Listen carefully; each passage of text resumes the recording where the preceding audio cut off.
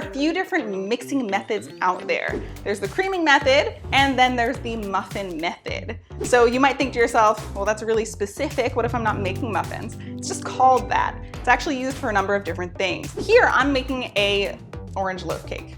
It's orange almond, actually. But I have my dry ingredients over here. They've already been whisked together, and my wet ingredients are over here. So that includes my oil, milk, if you're using buttermilk, eggs, any liquid flavorings, so almond extract in this. That's all whisked together already sitting here. The wet ingredients go into the dry. This is unlike the creaming method where you will add the dry ingredients a little bit at a time to the wet ingredients. I'm gonna pop in my zest now, and we're just gonna whisk it up.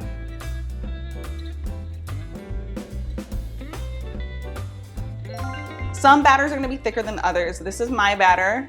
It's a little bit of a looser batter, but there are still some lumps. That's okay. If you're beating out the lumps, that means you're gonna have a tough cake. So one of the reasons that this mixing method exists is because some recipes just have a lower fat and sugar ratio.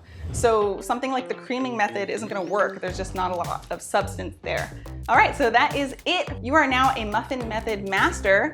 We'll see you next time on Lifehacker for some more baking tips and tricks.